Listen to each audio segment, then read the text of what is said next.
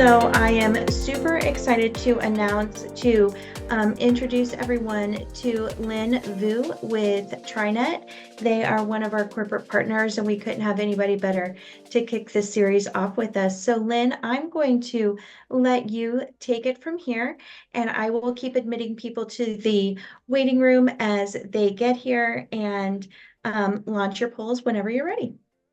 Great, thank you. So good morning or good afternoon, wherever you are. I was just telling Tanya, I am based here in sunny Southern California. We just sort of got past our what we call May gray and June gloom, which is when it's overcast for the morning and then it clears up at various times in the day, depending on where we are. And so now that we're kind of toward the end of June, it's sunny and hot from the very beginning. So I guess it's not as hot as some of the other places that you all are located. So a little bit about me, and then I'll kind of go dive into this. So my name is Lynn Vu. I have been with TriNet now. It'll be 11 years in 2 weeks. So I think I can say almost 11 years. Previously, I probably have about 30 years of HR experience, primarily in the state of California. But with TriNet, the last 11 years with companies in every single state. So what I want to talk about today, so we're going to talk about this cultivating a culture of diversity, equity, inclusion, and belonging in a complex world. I do want this session to be as interactive as possible. I really like it when people are actually using voice and coming on camera and talking through. So I will pause and ask for questions or comments or your experience. I'd like for you to share your experiences with everyone else. Okay. And then one quick thing. So Tanya is going to be monitoring the chat and the hand raising. I'm great with Teams and GoToWebinar. I'm not so great with Zoom. So I see that there is something in the chat.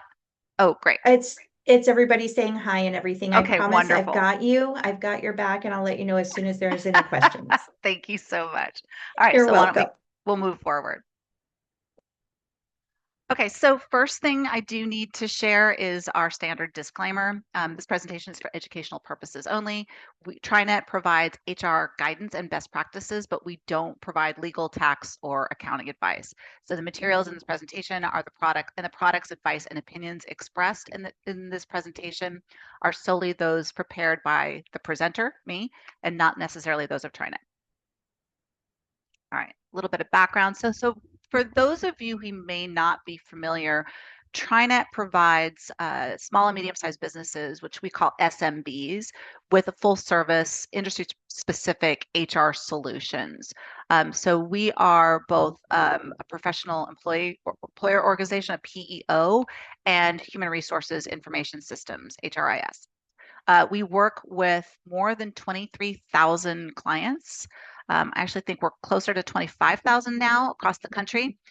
We support an average, depending on the month, of about 543,000 employees. So we call them worksite employees. Those are employees who work at their company's work sites.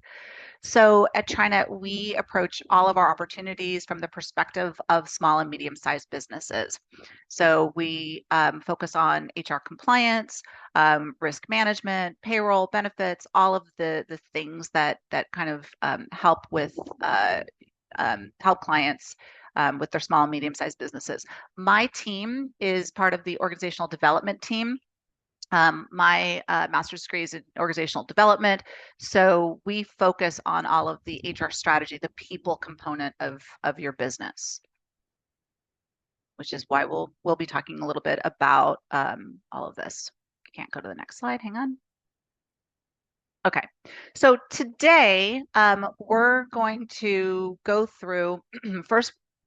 There's sometimes people get a little confused with kind of the definition of diversity, equity, inclusion, and belonging. So we'll start with the actual definitions and why it's important for people and for business. We'll explore the components of a strong DE&I program, and then we'll leave you with some actions that you can take to cultivate change in your organization. But before we get started, I wanted to kind of lay the foundation with a brief overview of kind of all of the sort of the macro trends that are impacting the workforce today. Okay. So the overarching trend of DE&I is the intentional focus on the employee experience. So over the past few years, we've seen an acceleration of many workforce trends.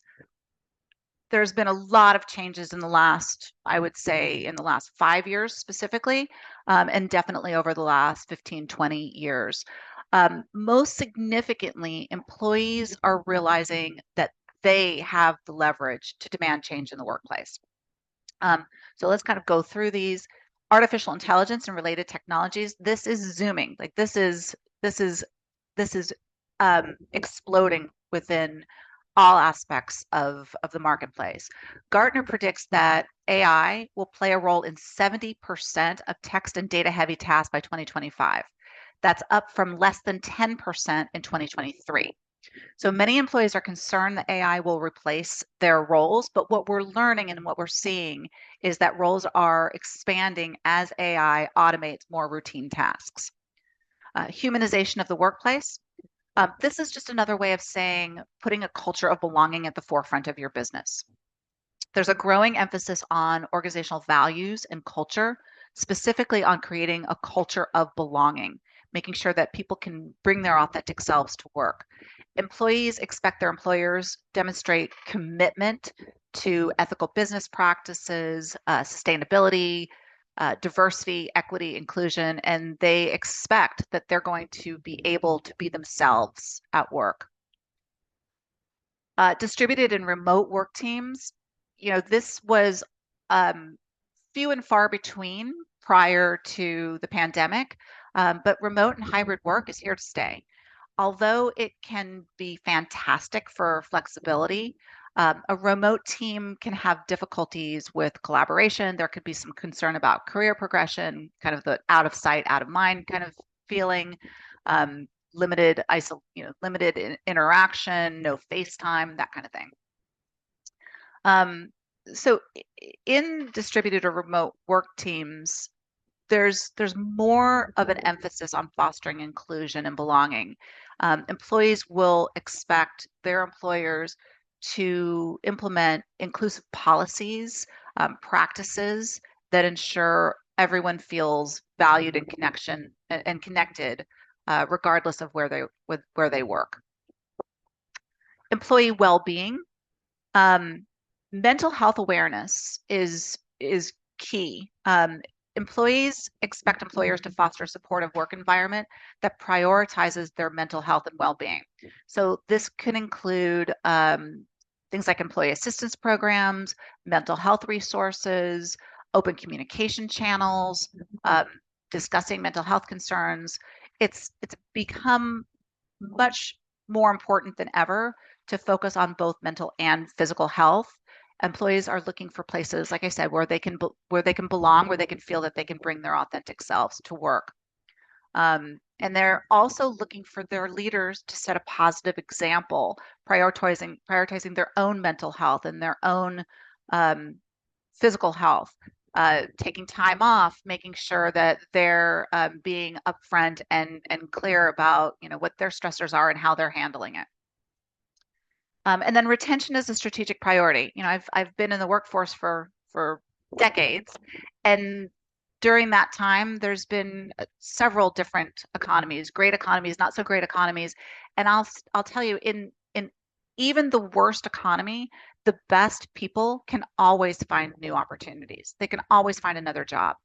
So it's very important for companies to focus on ways to keep employees engaged and productive. All right, so we're going to go on. So in order to keep up, companies really need new strategies to engage their employees. All right, so I absolutely love this graphic. We use this graphic in most of our presentations and most of our approach. this shows that belonging is at the center. So belonging is so key to creating this holistic, inclusive environment. So we believe that when you have this sense of belonging, that everything else follows, the inclusion, the equity, the diversity, everything else follows. If you're creating a truly inclusive environment, then your people will feel welcomed and part of the organization.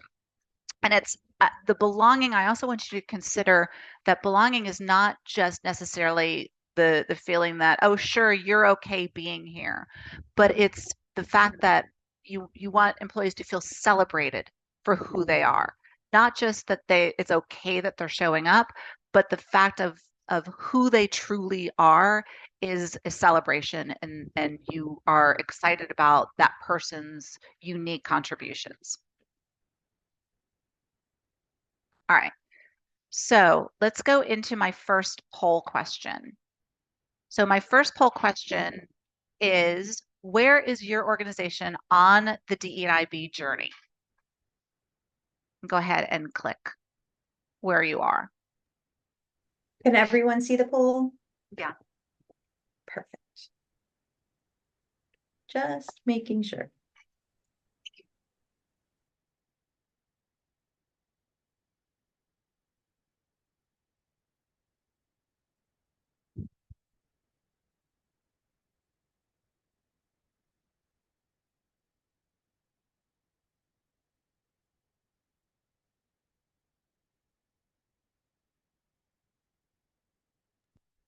We do have the majority of our attendees have answered. Great. Thank you. Let's see the answers. Perfect. And poll, share results. Wonderful. Top priority. Looks like it's the majority. We're just getting started, a couple of initiatives, and a few of you have a mature DE&I strategy. That's fantastic.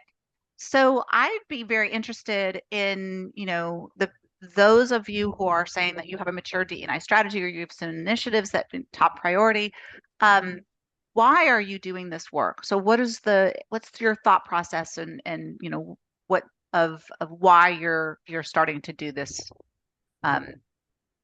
these kinds of DE&I strategies? So this is the part, everybody, where you raise your hand and come off mute so we can let you talk.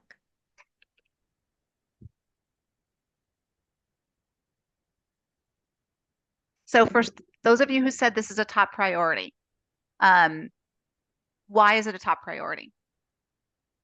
What made your decision? Ms. Clitter. Yeah, I'll kick it off. Hi, everyone. Hi. So I think that my guess is the majority, if not 100% of the people on this call are women. And they may also be of a certain age where when we entered the workforce, I can speak for myself, when I entered the workforce, I was the only woman in the room many a time. And it wasn't a warm, fuzzy feeling. And I've always carried that with me. So it doesn't matter where I go or what organization I'm working within. It's always been extremely important to me that everybody feels like they have a voice and a reason for being there and that their presence is important and valued. And I've worked in, I accidentally ended up working in a Fortune 500 company, but that was because my companies kept getting bought up. It wasn't my intent because I never wanted to be there. And it got worse the further I went up that, corporate food chain. So owning a small business, it's critical to me that everybody that I'm around, everybody I interact with feels welcome, needed, appreciated. That if they don't show up, they might be there physically, but emotionally, if they don't show up, we care.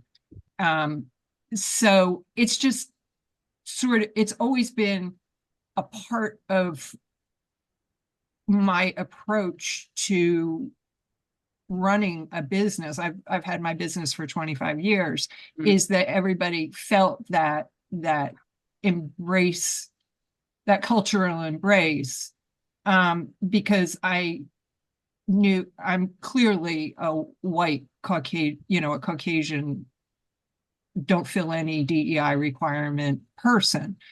But that doesn't matter because there's diversity that's not seen at the skin level or in the head covering you might wear or the holidays you might celebrate. There's other diversities as well. And I've always thought that there are diversities that, like I work, I'll give an example. When I was working in corporate, a small corporate, I was the only person who wasn't married. And I felt very excluded from a lot of the company events because they were very husband and wife centric. Mhm. So there's all kinds of diversity. And I always try and remember that. And, every one of us can accidentally step in that because you don't see it from the other person's perspective. But I just try and be aware of that. You raise a fantastic point because so one of the things that I really talk to clients about is to be aware of diversity of experience, diversity of perspective. Diversity is not necessarily about all of the demographic diversities that you would think about, but there's a lot of different things that you're bringing to the front. Not every person of the same age and race has the same experience or perspective. So you're looking at all of that. But there's also things that don't show, like you're talking about, like veteran status does not show. And experience doesn't show, and the socioeconomic background doesn't show. And there's a lot of things that sexual orientation, all of those things don't necessarily show up. And that Religion may not show. exactly, right? Like there's so many different things, and and everyone brings their own um perspectives and experiences to the table. And there's also another concept which we could dive into, the intersectionality. So like I'm not just a white woman in my 50s. I'm a parent, I am a daughter, I'm a sister, I'm a caregiver, of an aging adult, and I am, right? There's all different things of who I am and what I do and how that impacts my approach. And I agree with you. There were a lot of years where I was also the only woman in the room and the only woman with the seat at the table. And it's been I think 20 years since I was pregnant last, but I remember after I had my second kid, I was working at a Big Four accounting firm, and one of the partners in charge, we were talking about, he had 3 little kids and I had 2 little kids, and we were talking about maybe having a third, and he said, well, if you have a third kid, you're not going to be able to come back to work. And he himself had 3 little kids under the age of 3. But that was his perspective, right? Like that was his thought, was that, well, of course I wouldn't. No. What other comments on this? Janice, I think. Yes. Hi. So oh, sorry, Gwyneth, did you want to go? So Go, Janice. I selected a top priority, although our team is very diverse, only because I don't think we had a strategy around it. Like Right. being in the animal industry, because I'm a veterinarian, a lot of the employees are attracted to us because they feel comfortable around animals, not necessarily people. So it's very important for us to create a very inclusive environment for Right. people to feel safe. And also coming from Hawaii, we have a very, open culture about who family is to us. And so I think it just naturally happened where if you look at our team, we're very diverse in terms of age, race, sexuality, everything. And but I can't say that I have a strategy around it. I think it's just something that organically came about due to the intentionality of what we have. Right. So Great. Thank you. sure. And Gwyneth, did you say that you had a comment? Yes, I'd love to.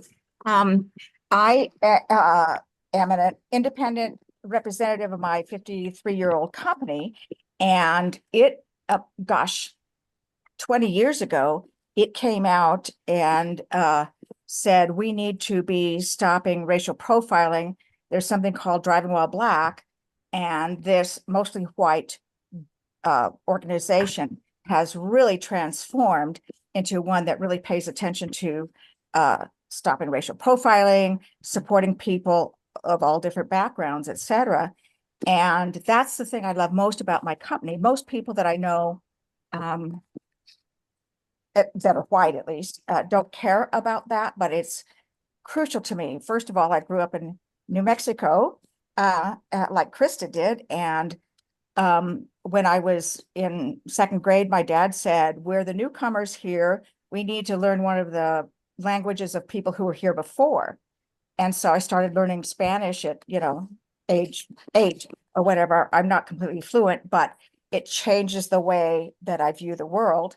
Mhm. And then my personal experiences have so much affected my strategy around this. When I was in high school, I was so shy and scared to talk to anybody that I hid illegally under the stairs in high school because I was afraid nobody would sit with me at lunch.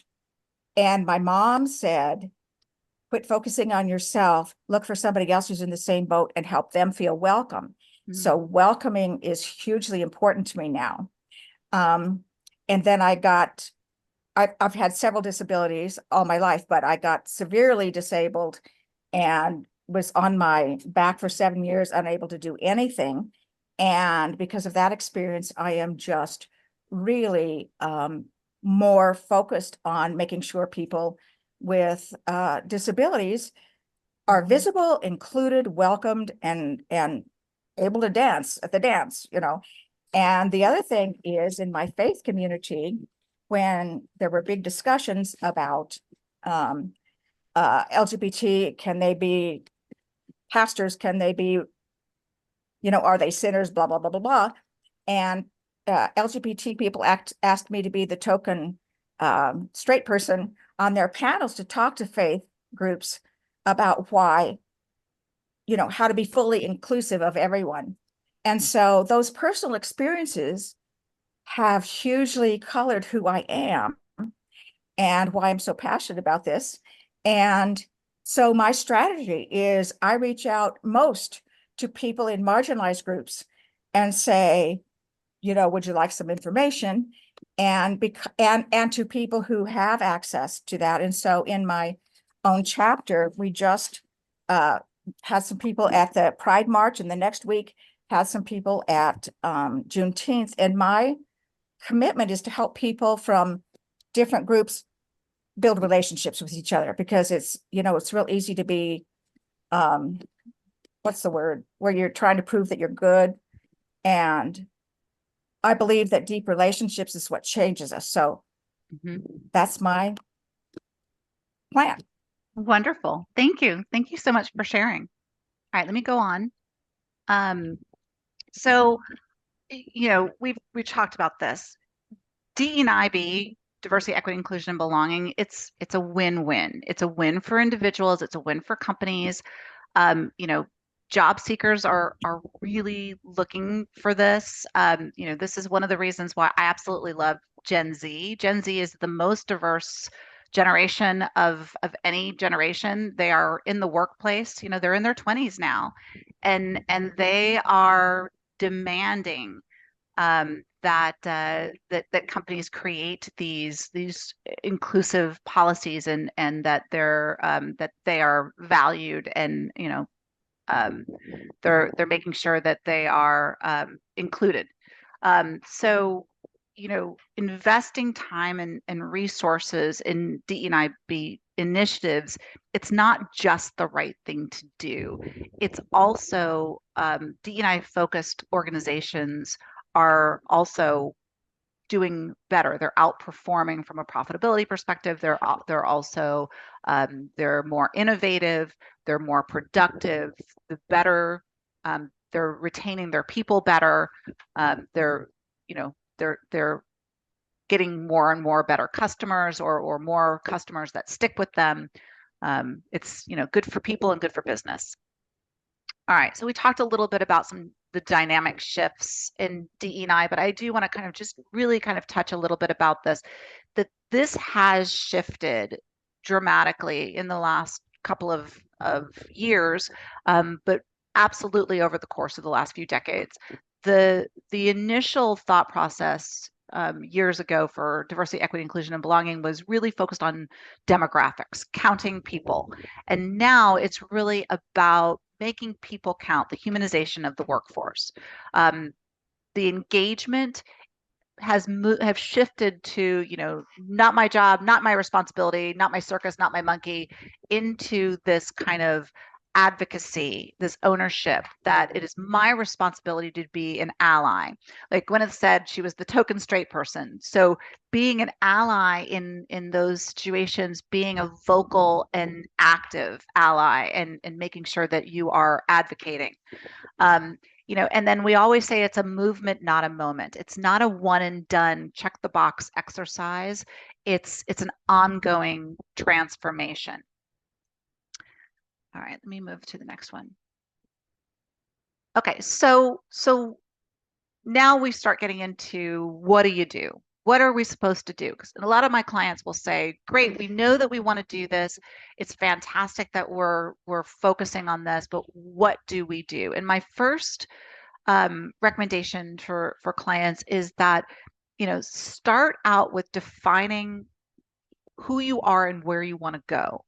So using your company's core values, how you think about yourselves and your business, using your mission and your vision, you know, who you are and the mark you want to leave on the world. Start with why DE&IB is important to you. Start with why it's important to you personally, and then why it's important to the organization.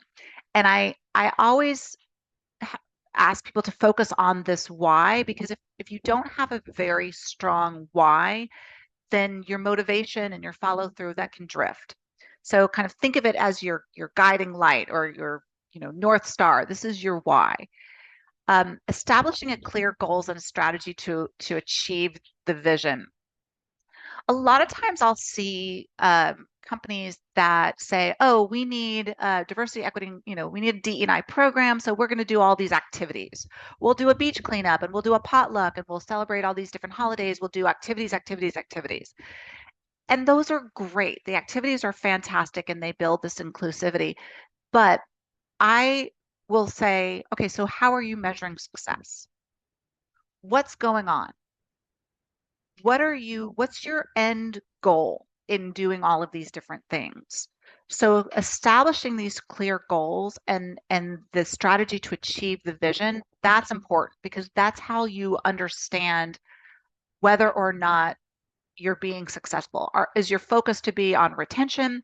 Is your focus on employee engagement? What's your clear goal? And then building that accountability measures.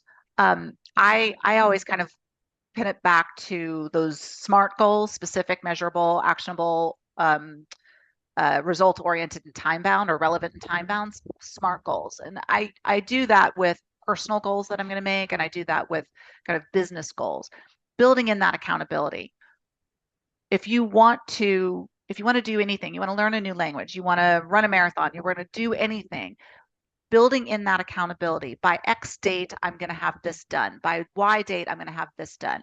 And I'm going to have, you know, this person responsible for this.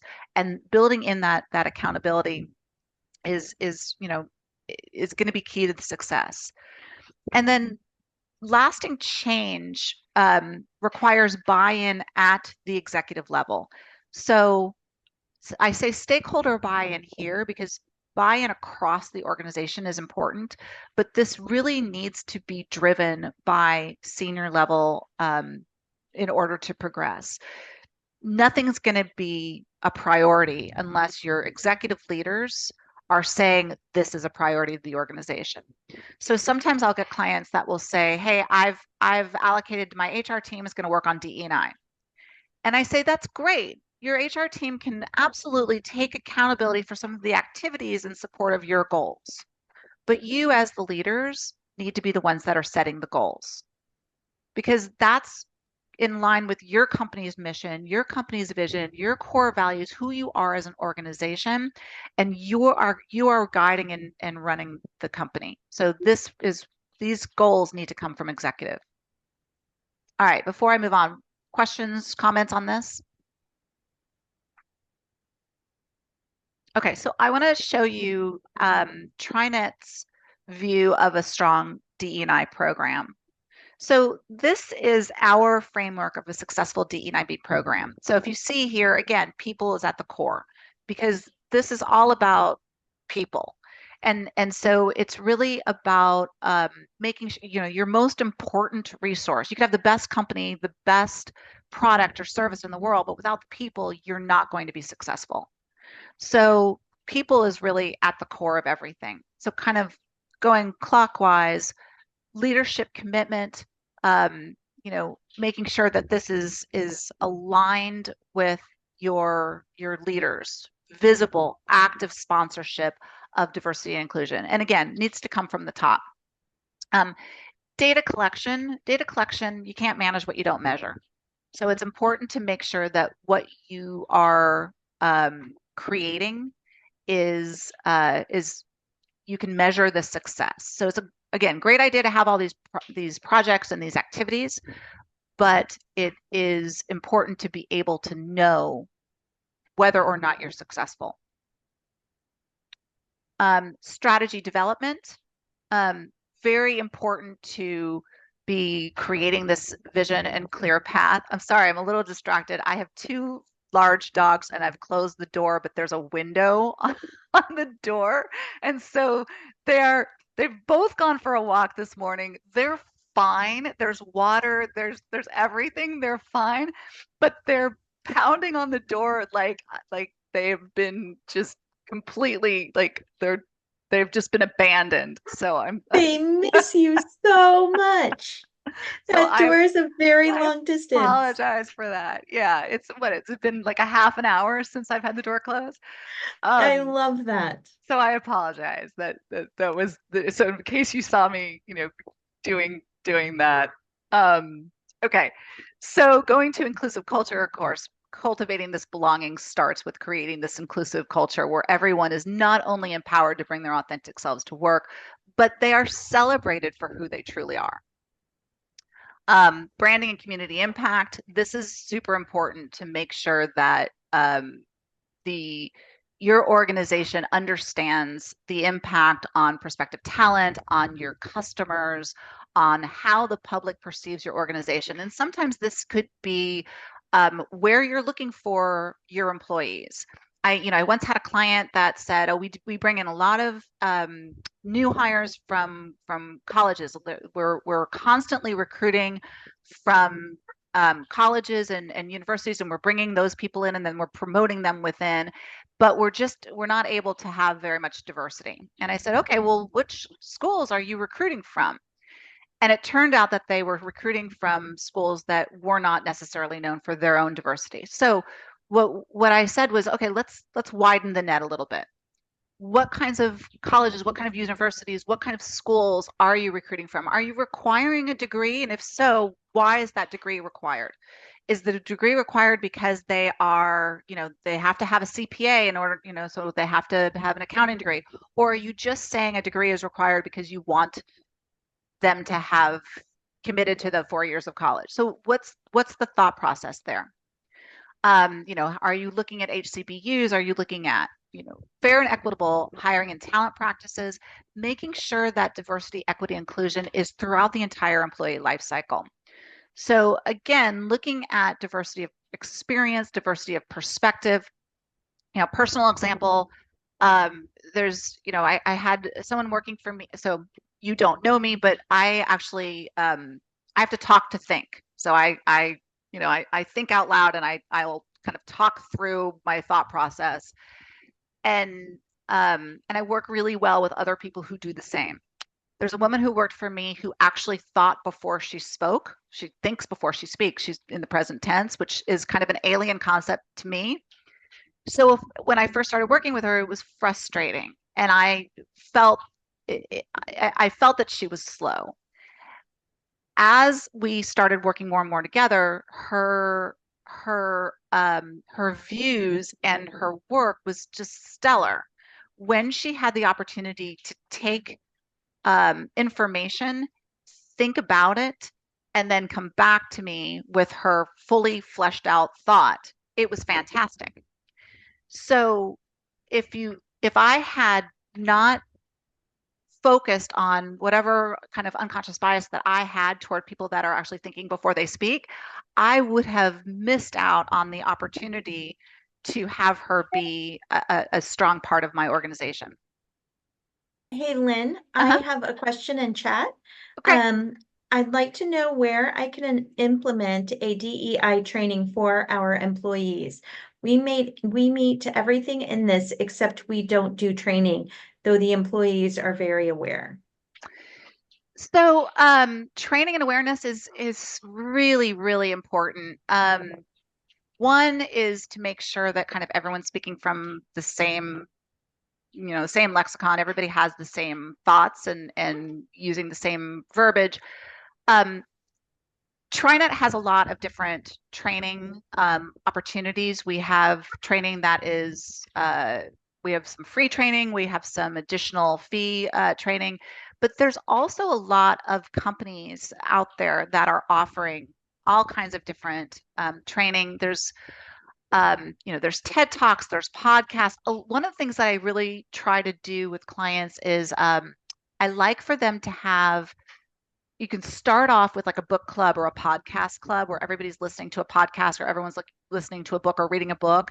And then you get together and you talk about that book or that podcast. And then that way, it's really easy for everyone to be able to contribute because they're actually thinking about what was said instead of their own interpretation, or they're using their own interpretation, but instead of using their own experiences, which can be it can be difficult to come straight into using your own experiences. You can say, oh, when I was listening to the podcast, she said this or he said that. And then you can kind of talk a little bit about that. Any other questions? That was it in chat. Thank you. You're welcome. And just so you know, we have about 20 minutes remaining. Great. Okay. All right. So go to the next slide. I think we can skip this one. Fostering belonging can lead to up to 50% lower risk of turnover. And again, this is just, when people feel like they belong, they stay with your organization. Okay. So according to a global DEI think tank, belonging at work is rooted in 4 elements. The first element is feeling seen. You're recognized, you're rewarded, you're respected by your colleagues. So this comes back to that feeling of being celebrated for who you truly are. So it's not necessarily like, oh, well, that's Lynn and we include her and she, that's just who she is. But it's, I'm going to seek her out because of her experience and her perspective. So this woman that I was telling you about who thinks before she speaks, it's gotten to the point where I actively seek her out first when I'm working on a problem because I know that she's going to approach it from a completely different perspective than I have. And I've actually joked that if I'm working on a problem and I ask her for her help and she comes at with the same exact answer, I've joked with her that I now know that we have looked at the entire spectrum of all of the different possibilities because I've got this part and she's got this part. So we've looked at everything together. So it's really feeling seen. The second element is feeling connected at work, having that positive, authentic social interaction with your peers. Third element of belonging is feeling supported at work by those around you, providing, what's felt to get the work done and live a full life. And lastly, feeling proud of your work and your organization, feeling aligned to the company's vision and the mission and the values. I can't stress enough that the company's core values is very important. It's so important to have the organization has core values, and those are communicated and lived and experienced throughout the organization. That should be the way that the company makes decisions. And you as a person should have that connection with the company's core values. That, for example, TriNet has core values and they align very closely with my own personal core values. And that's why I've been here for 11 years, because I know that the company is going to be making decisions that are in line with the way that I would make decisions. And they're going to be making decisions that are going to support me and my colleagues. All right. All right. So, creating a culture where everyone feels welcome is a leadership imperative. I'm going to go straight into the poll question just from kind of a time perspective so that we can talk a little bit about the other things. So my second poll question, how confident are you that employees experience a sense of belonging at your company? Oh, you're on mute, Tanya. Wait. Oh, you're fine. Hang on. I'm hitting all the wrong buttons. You're good. All right, and while that's going, I'm just going to open the door for my dogs.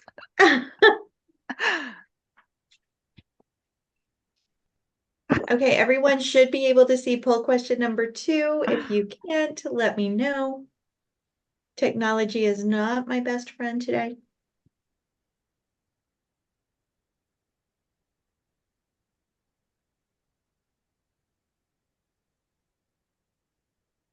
I know we have a few people on phones, so they are not able to participate. So I am going to end our poll and share results. Great. All right, I see that 78% of you feel that you're very confident that employees experience a sense of belonging at your company. And I think that's fantastic. What would you say, so those of you who are very confident, what would you say, how do you know? What are the signs that you're seeing that tell this story?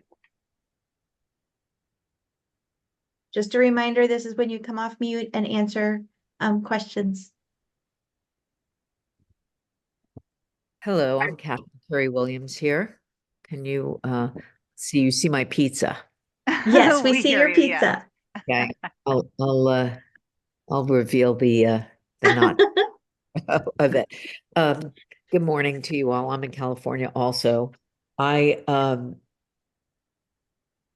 very familiar with the inclusion because I started a very large inclusion movement, a global one for children with disabilities around the world through playgrounds, through inclusive play. So when I began my journey of working with and providing needs for women through my organization that I co-founded with a friend called She Angels Foundation, it was really clear to me that inclusivity needed to be not just in playgrounds where you see like, oh, kids and, so I have very knowledgeable in the area of disability. And then when it really came to my attention where DEI and people were calling it inclusion, I just harkened back to, yes, they said accessibility for playgrounds were inclusion. And when I did that research, physically walked all the playgrounds that were inclusive, I realized they were not inclusive. They were not playable. You could get to it and say hi. And so transforming that into the business and to the world with women, get the sense of belonging is and inclusion, it's false like it was at the playgrounds, without its true embrace of the word. Inclusion should be enough. We shouldn't have to have and belonging. But I use it because I see the disparity of it. And so I have a heightened awareness of it for women and all the organizations that we support, which are at this point 40 in the last 4 years, where we give grants to these women. And my intention is the example of who we are and as we meet in our collective giving movement. It starts with a conversation, an authentic conversation. That is what it is. It's easier to have one with women, but it's not guaranteed. Right. So that surprises me when someone kind of backlashes there, say, well, men are uncomfortable because you make them feel like you are, trying. And that recently happened to me. And this woman is, someone who I would never have expected that from. So I know we have an uphill battle there in that what makes us comfortable, but it's a constant, as I said, it's a constant moving forward, saying what we need, stopping it, being kind and direct, like we tell our kids, right? Right. Kind and direct. So that's my thoughts on that. Yeah. It is an uphill battle, right? It is a constant conversation. The statistics in the US are, kind of dismal of how we implement our DEI. Mm-hmm. So I highlighted in a book that I've written. It's only ordered for pre-sale now on ebook, called Philanthropy on a Shoestring. But I highlight a lot about DEI and B if anybody's interested in there. Wonderful. And So, Pamela, I see that you have your hand up.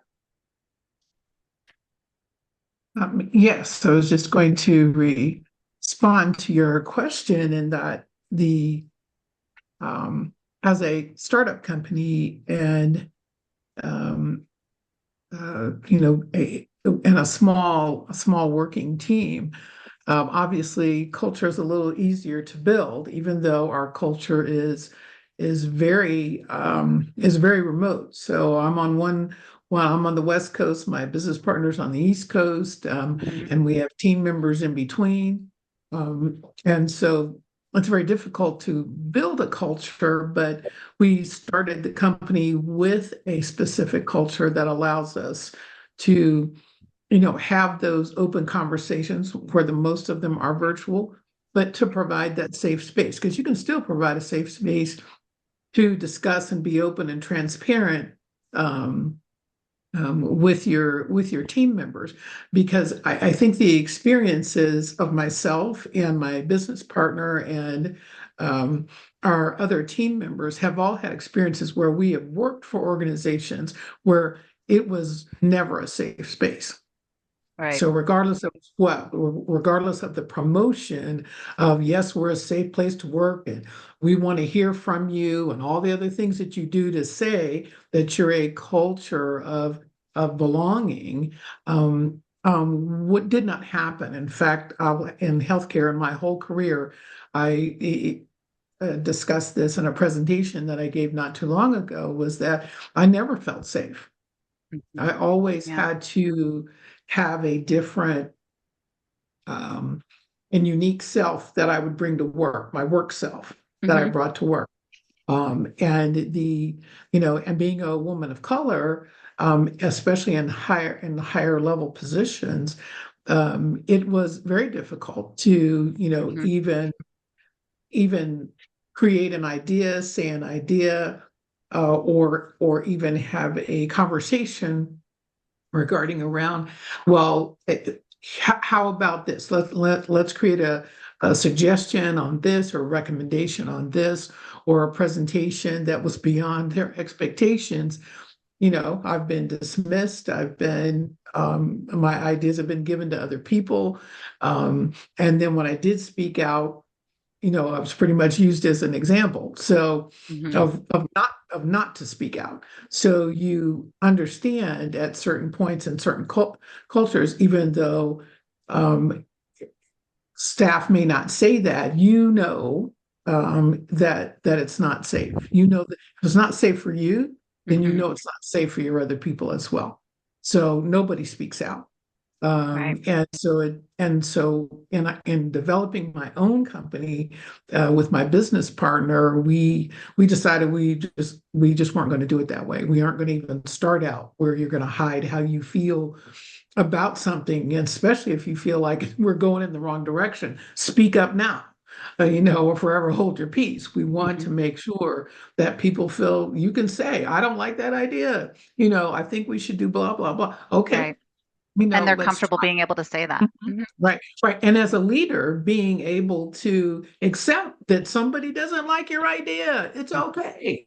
So, and I'm glad I don't have to have all the ideas. I'm okay Right. with that.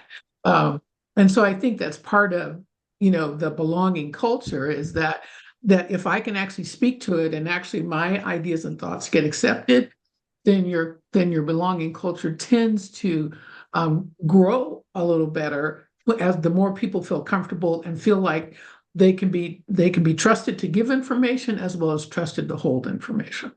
Absolutely. Thank you. All right, so we only have a few minutes left, so I want to kind of go through some of the recommendations that we have, but I love the conversation. This is fantastic. Thank you so much. And you all have been, wonderful speaking and including your stories. And just so you know, Lynn, we have 6 minutes. Okay, thank you. So one of the do I have it's okay. This typically builds when I'm in teams, but it's presenting as is. So one of the things that we talked a little bit about is, how are you recruiting with a DE&IB lens? How are you widening this net? How are you making sure that you're getting diversity of experience, of perspective? I like using AI tools that mask personal information, names, addresses, those types of things, using diverse hiring teams. So take a look at what your job descriptions say. There's some online you can plug in the job description and it can tell you that if the job description is skewing masculine or skewing feminine. There's some wording, things like work hard, play hard, or ninja, or those kinds of things will typically skew a little bit masculine. Or, the work hard, play hard is maybe somebody that doesn't necessarily want to apply because they want to have their own personal life. They want to have that work-life balance. So really kind of looking at what the job descriptions say, and then look at your interview panel. Who's your recruiters?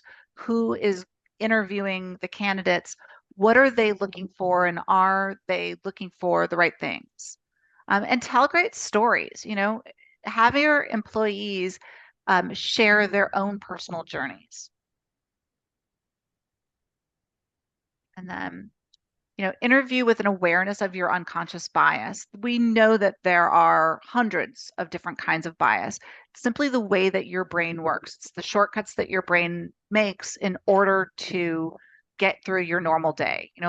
You don't think, I'm going to open this door, I'm going to reach out, I'm going to turn the handle, I'm going to use this much pressure. You just think, I'm going to open the door. So think about what your unconscious biases may be. Name bias, affinity bias. So like I was talking about, I have an affinity bias of gravitating toward people who think like me, or who talk like me, or who think quickly, or who talk quickly, or respond quickly. Be aware of that, because what I call in my head slow talkers, they have things to say, and they have things that they should be saying, and they have a unique perspective that if I wasn't aware of this bias, that I might miss. Conformity, agreeing with the group, so going with the flow. You definitely want to have people on your team that, as you were saying earlier, Pamela, voicing your own feedback. And judging an applicant based on cultural ideals, height, weight, hairstyle, things like that, making sure that you're aware of these biases. And again, like I was talking about earlier, using that inclusive language in job postings, making sure that you're not using language that excludes people with physical disabilities, that you're not using company jargon, that Your must-haves, I mentioned it before, your must-haves may not necessarily be a must-have. Does that person really need a degree? If the person needs a degree because they are doing specific work, like I mentioned a CPA, because I worked for a big four accounting firm, that person does need a degree. But if someone is in maybe a sales role or a business development role, they may not necessarily need a degree. All right, I'm going to skip the poll question 3. So, you know, the thought process is that, you know, DE&I is a journey. Let me go to the next slide. DE&I is a journey. So this is kind of your call to action. Establishing that vision is important. Creating that goal, that high level goal, and then creating the activities that support that goal. What do you want to, what's your short-term goal? What do you want to do by the end of the year? We're in the middle of, you know, we're starting July next week. If isn't that crazy? What do you want to do by the end of the year? What do you want to do in the next 2 to 3 years? What's your vision for who you want to be as an organization? And then how do you create activities that support those goals? And then that cultivate curiosity. There's this, I've been saying this kind of for years, but there was this great Ted Lasso quote of, you know, be curious, not judgmental. So being curious opens your mind to making sure that you're getting all the information that you can. Show your vulnerability. Somebody mentioned it earlier. You may not have all the answers, and sometimes it's a good thing that you don't have all the answers. All right. And then I can go to, okay. Let me go to, actually, sorry, our last slide. If you do have additional questions, here is our strategic partnerships senior manager. If you're interested in TriNet and some of the things that we have available, this is your contact. Any final questions?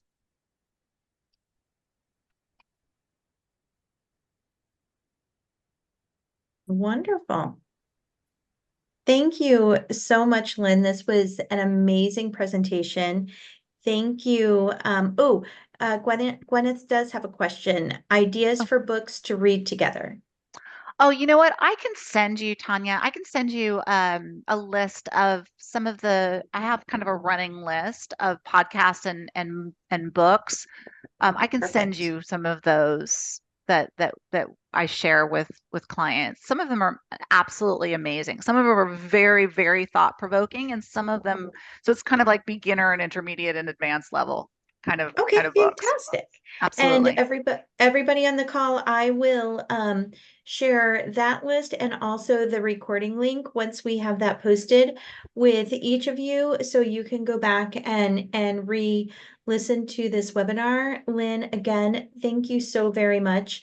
You were super insightful and gave us so much wonderful information. We will be back very soon with another The Power of You educational workshop, and we will be posting it on the website and in our eBlast once those are scheduled. And everybody, I hope you have a really great day. Thanks so much for spending your time with us today. Thank you for letting me attend.